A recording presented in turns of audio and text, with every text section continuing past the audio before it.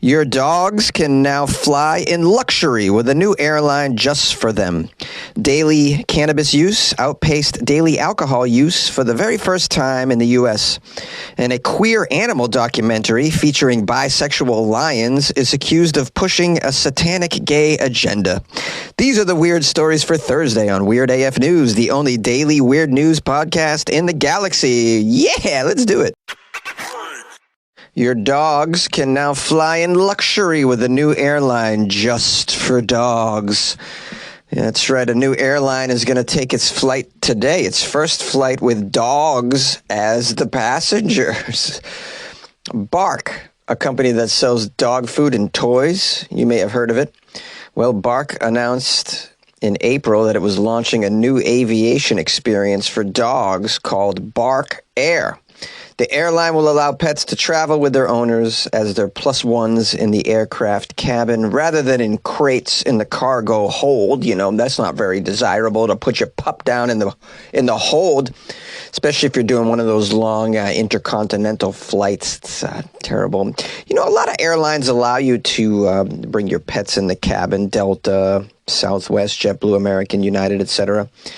But I believe the caveat is the pet has to fit under the seat. It's got to be small pet, which is probably okay for many cats, but, you know, and maybe tiny dogs. But, I mean, the majority of dogs won't fit under a seat. And definitely your pet miniature horse won't fit under the seat. That's why if you have a miniature horse and you want to get it on a flight, I urge you to go register it as an emotional support miniature horse. That way you can get it on the flight, because that'll work. So I've heard. I actually saw a picture of a miniature horse, an emotional support horse on a flight.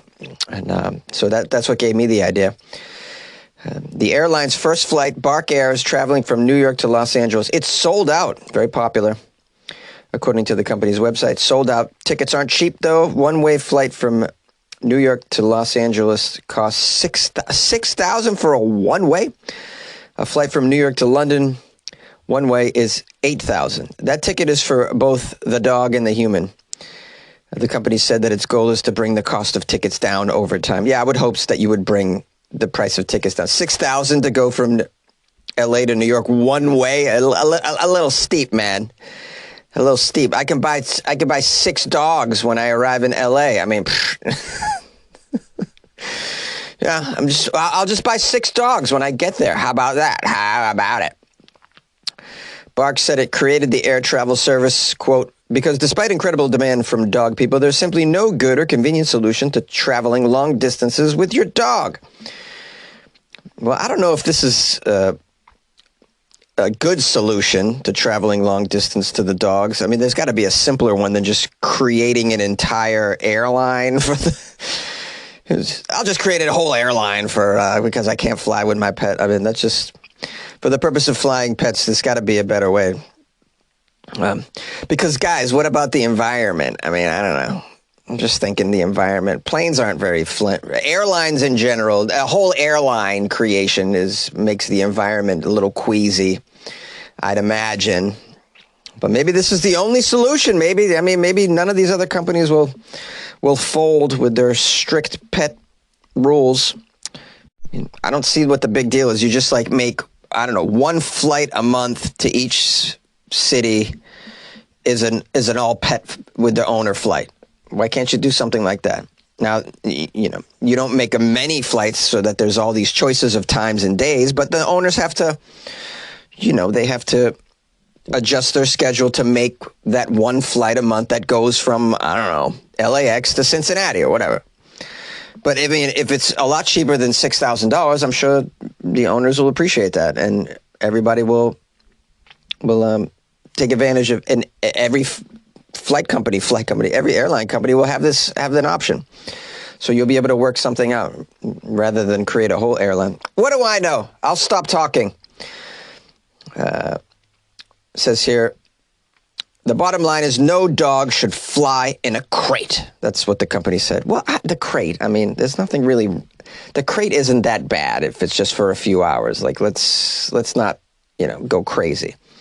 Should dogs fly in the holding area underneath the plane? Now you could make a case for that. That's probably a horrible experience. And I know there's cases where animals have perished down there, and even if they're not dying down there, there's got to be a nightmare of an experience being down there for, let's say, a 14-hour flight across the Atlantic or something.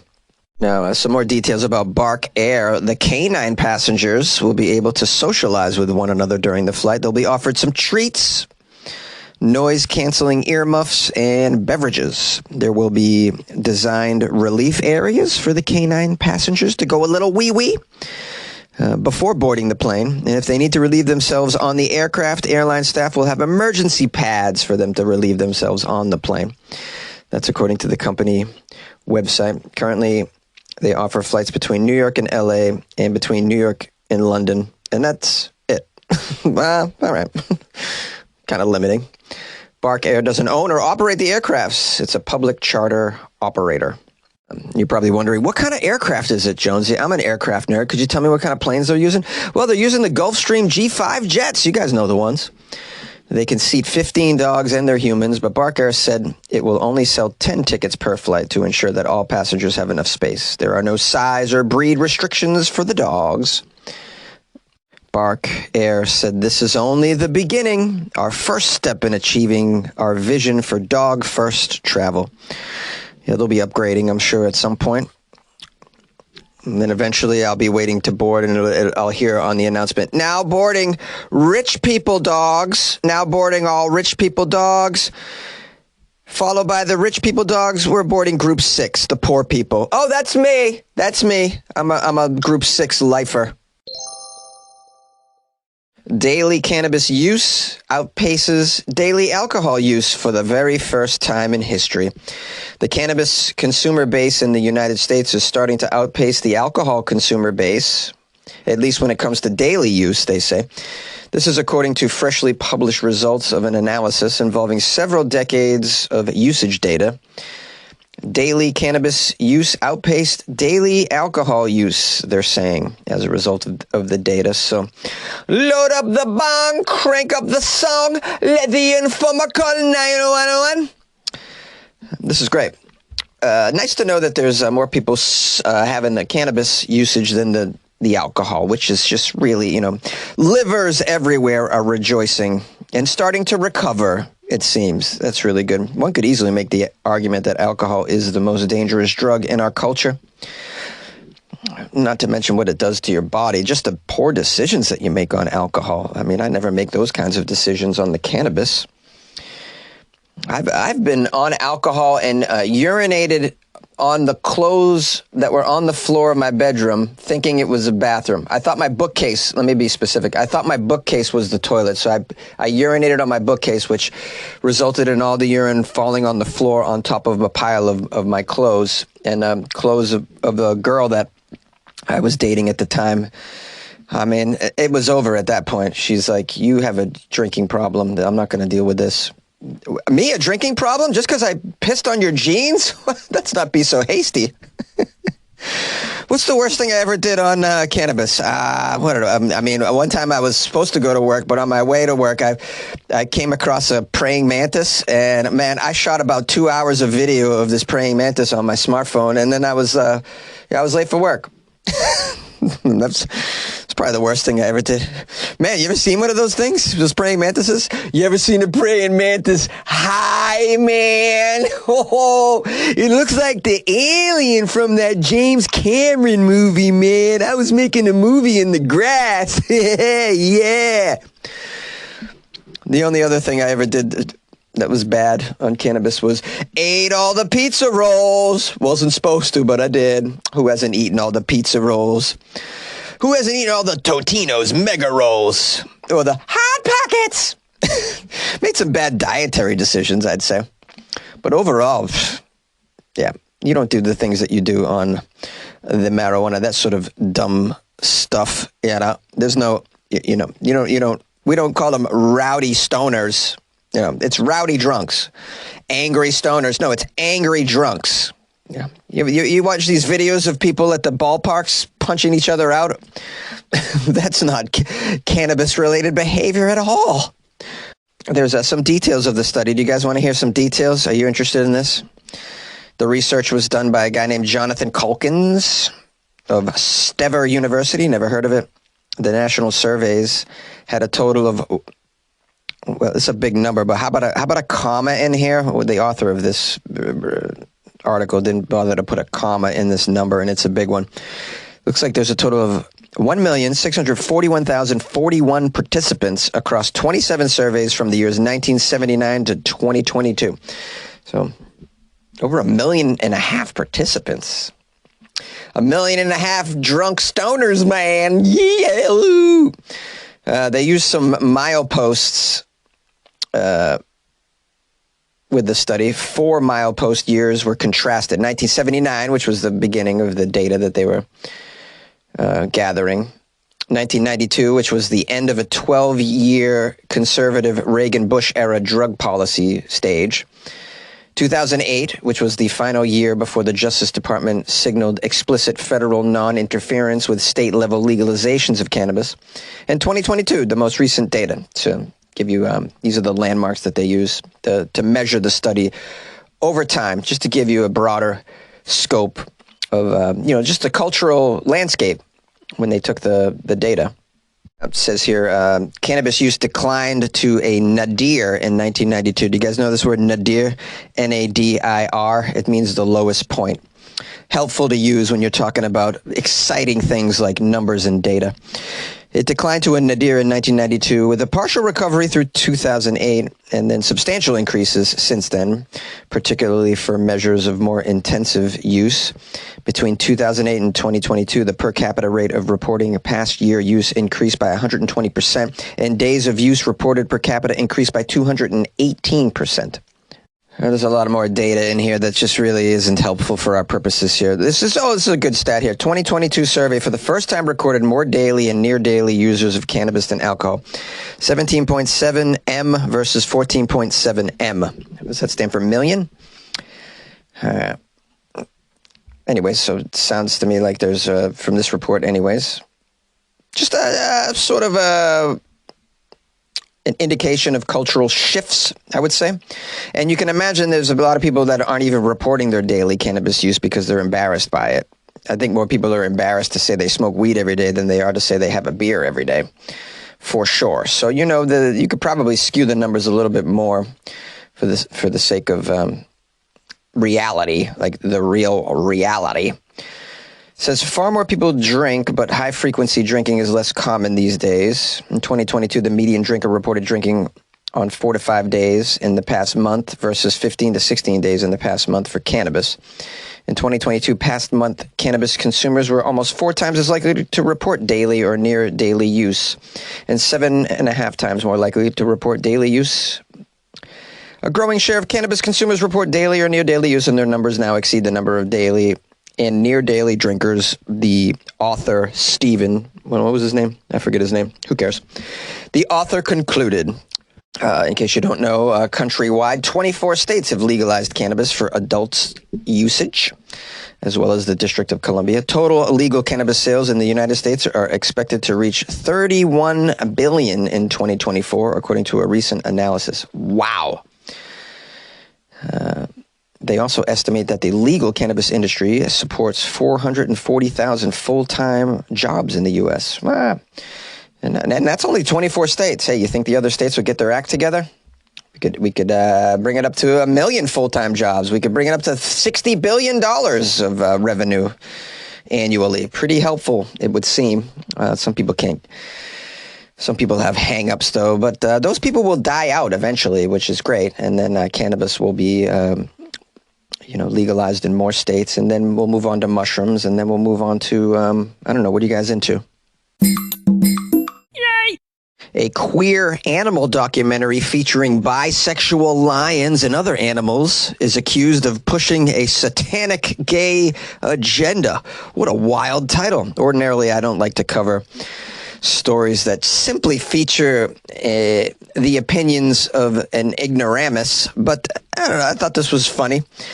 I actually saw the trailer for the queer animal documentary, and I thought it was funny. A new documentary series exploring homosexuality in animals has sparked a backlash among some conservatives who think the show is pushing an LGBTQ agenda. Of course they do. Very uncomfortable with anything that they see as unnatural, despite this clearly being natural because it's featured in a nature documentary. All we did was turn the camera on. That's the work of Satan. A trailer for the show called Queer Planet offers a preview of the world's, quote, rich diversity of animal sexuality. It features gay penguins. Ooh, yes, the gay penguins. Bisexual lions. Ooh, daddy of the jungle. And sex-changing clownfish? Ooh, sex-changing clownfish. Well, I definitely need to watch this series. I want to see the sex-changing clownfish. How do they change their sex? That's fascinating. There is some scientific basis for homosexuality within animals, with more than 1,500 species thought to exhibit homosexual behavior. Wow, that sounds like science to me, guys. Oh, I hate to just tell you guys this. Just our book is more scientific. Our book is more scientific. Okay, conservatives. The synopsis for the documentary says it looks at, quote, extraordinary creatures witnessing amazing behaviors, introducing the scientists who are questioning the traditional concept of what's natural when it comes to sex and gender. What is natural? Well, clearly, if you've ever examined the animal kingdom, you don't even really have to examine a vast sample of the animal kingdom. You can just watch your own pets, and you'll see that that sexuality is on a it's on a what do they call that? A spectrum, I would say, right? I mean, how many of you have ever witnessed your cat just make sweet love to a blanket? You know, we had an awesome dog named Rad. I didn't name him. Don't blame me. The dog's name was Rad. A lovely Papillon. May he rest in peace. We got him a little stuffed animal that was a hedgehog, a furry little hedgehog. He humped that hedgehog's face every chance he got. He humped the face off the hedgehog. No face on the hedgehog after a month because Rad couldn't stop humping the hedgehog. I'm talking inanimate objects, never mind other animals, never mind their own species, never mind you know what I'm saying? Like, the spectrum is vast, and you only have to observe your own pets to see that. Now, if you're interested in checking this out, it's airing June 6th, Queer Planet on NBC as part of Peacock's Pride Month celebrations. It's narrated by a gay actor named Andrew Rannells. Oh, they didn't get the guy. Our buddy David Attenborough, Sir David Attenborough. I'm so sorry, guys. Don't email me. It's Sir David Attenborough. Oh, wouldn't you love him to be the narrator of Queer Planet? How funny would that be? Oh, yes, the majestic hippopotamus. Oh, what a fabulously beautiful beast. Yes. Known for its speed and its powerful jaws and it's the way it likes to hump its roommate. I would love to see that. Oh, these penguins getting a little frisky. Oh, well, boys will be boys. We have here a press statement of the actor Andrew Rannells, who is narrating this.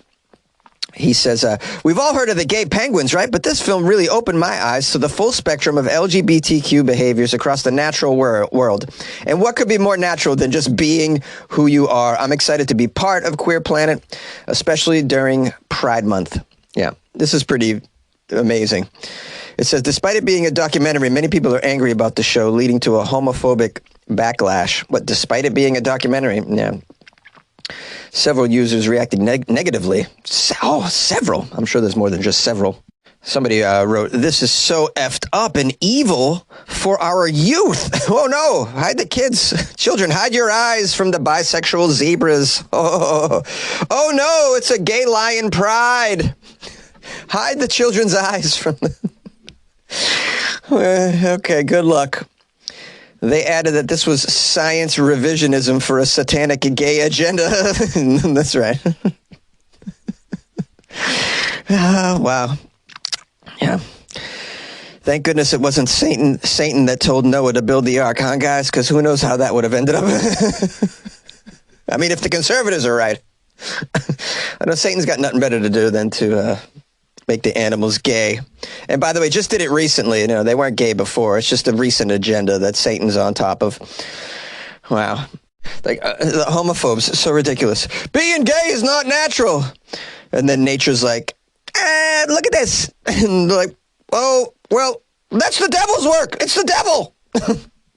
Okay. Several scared people living in the 17th century made some comments on YouTube claiming the series was insane and that, quote, they are coming for your kids. They always say that they're coming for the kids. They say the trans people are coming for the kids. What do they mean by this? I mean, it's all news to me that they're coming for the kids. What are these? Are they talking about the gay giraffes are coming for the kids? I mean, if it was true, I'd be very alarmed. Can you imagine being molested by a gay giraffe? That would really hurt. I mean, you might not live through it, really. So, geez, I hope they're not coming for the kids. What about Satan? They never say Satan's coming for the kids, do they? Satan could be coming for the kids. I would say Satan's probably coming for the kids before the gay penguins are coming for the kids. I think the Bible's done a lot more harm to the kids than the gay muskrats, if we're all being honest here. What do I know, guys? What do I know? Hey, maybe you guys have the answers to this. Call me and let me know. 646-450-2012. Are the gay parakeets coming for the kids? Let me know. I got to know these things, guys. I run a media empire. I can help spread the word. Yay! Hey, what up, my friends? What are you guys up to? How's your life? Is it good? Let me know. I want to know how your life is. I want it to be good. Call the show, 646-450-2012. Tell me about your awesome life. And if your life isn't awesome, keep listening to Weird AF News until it gets awesome. That's my advice. Or at least until you smile a little bit. Maybe just when a corner of your mouth kind of lifts up a little bit in a little tiny smile. Hey, I did my job. That's right. Hey, guys, today's the Thursday episode, so tomorrow's Friday. So let me just let you know what's happening on the Friday episode. And maybe you're new to the show. Maybe you don't know what happens, but I say we, it's really me. Me only do weird news from Florida. That's right. Florida Friday is what it's called. We just do weird news from the state of Florida. So if you have some weird news from Florida from this week, you can send it to me. funnyjones@gmail.com, or you can slide them into my DMs on Instagram @funnyjones. That's right. Now I'm going to publish some phone calls from some heavy hitters after this, if you want to stick around for that. That's a typical Thursday for me. And if you guys would like to support the show, go to my website, weirdafnews.com. You can join the Patreon. You can buy me a coffee, which could also be construed as buying me a beer. Maybe I'll buy beer with the money. You don't know that. Maybe I'll buy whatever you tell me to buy with it. You can write me a message when you buy me a coffee and tell me what to buy with the money. Please keep it legal, all right? I don't want to buy I don't want any contraband on me. I can't be caught with contraband again. Come on, guys. Trying to walk the straight and narrow here, guys. Straight and narrow. All right? As I said on yesterday's show, I don't think I can record a podcast in a prison. You know what I'm saying? They don't have closets in prisons, guys. I don't think they got a podcast studio either. So, you know what I mean? If I'm in jail, then the podcast is over. Temporarily, although maybe they'll let me record in solitary confinement, although that sounds like it would be very echoey in there. I'd have to use some soundproofing. Yes, imagine that request. I'm in solitary confinement. I'm like, yes, guards, please. Like, what do you want? Huh? We're not bringing you any booze. I'm like, no, I don't need booze. We're not bringing you women, all right? No conjugal visits in solitary. I'm like, no, I want some soundproofing. Could you give me some soundproofing, man? That wasn't funny. That was an insane thing to say. That's okay. All right, you guys have all the information. We'll see you tomorrow. Florida Friday, baby. Hit it. Hi, Jonesy. This is April, a longtime fan of Weird AF News. Just want to thank you. My husband Billy got me a cameo from you, and I loved it. I was so shocked. And that really made my day. I do a lot of doom scrolling And that your podcast really brightens up my day when I'm depressed about the world. Also, I just want to say I love Keith Sweat. Oh my goodness, love him. I used to go roller skating as a preteen, teenager. This is probably dating me, but Keith Sweat, Jonesy Guy, all of those singers were part of Slow Jam Skate. One of my favorite songs is Make It Last Forever. I forced Billy to do it during karaoke. He has to sing it with me.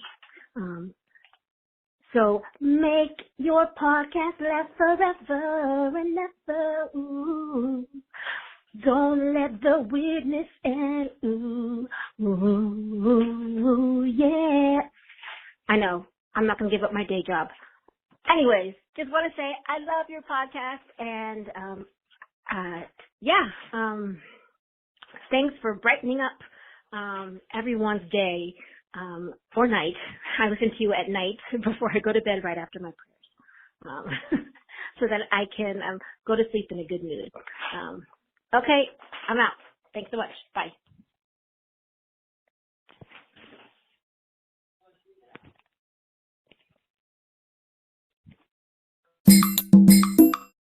Hey, Jonesy, it's Michael from Iowa City calling about the story that the bear was up in the tree and he wouldn't come down.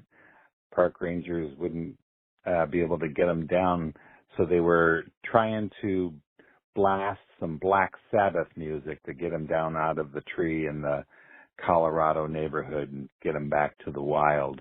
And I love the fact that you were doing the story from your point of view, but through the bear, and it was really the bear's point of view. And you were complaining about MTV not playing videos anymore, but only playing reality TV type stuff on there instead of playing music videos. And you're bemoaning that fact and saying that the bear is saying, I can't get any music videos anymore in my den. And saying, why can't I get any good Journey or Def Leppard music videos anymore? And I know that those are some of your favorite bands. And I just had to call and say what perfect choices, because on July 6th of this year, I'm going down with a family member to St. Louis from Iowa City to see Journey and Def Leppard jointly together in concert with opening band Cheap Trick at Busch Stadium for a giant venue concert. And it's on 4th of July weekend. And I just thought that was hilarious that you named those two bands together. And I'm going to see them, a couple of months from now. So I just thought it was very appropriate that you named those two bands that the bear would want to watch as in a music video in his den, just like you would want to watch them in your den at your own home. So I thought that was something that I should call in and mention to you. And yes, it's too bad that MTV has changed and doesn't play music videos anymore. All right, weirdos, everyone take care and enjoy yourselves and be safe. And Jonesy and everyone else, good luck with your life, man. Hi, I'm calling with regard to the story about the Kyles. Let's just say my name is Steven. Recently at work, my boss has hired another person to basically do the same job that I do. And they hired, you guessed it, a person named Steven. I told them right away, I said, this is not going to work. Of all the people in all the world, you could have hired anybody, but you hired another person with the same name as me. And I told him, this guy's not going to work out. I'm going to call it right now. I've never met another Steven that I liked. I don't get along with Stevens.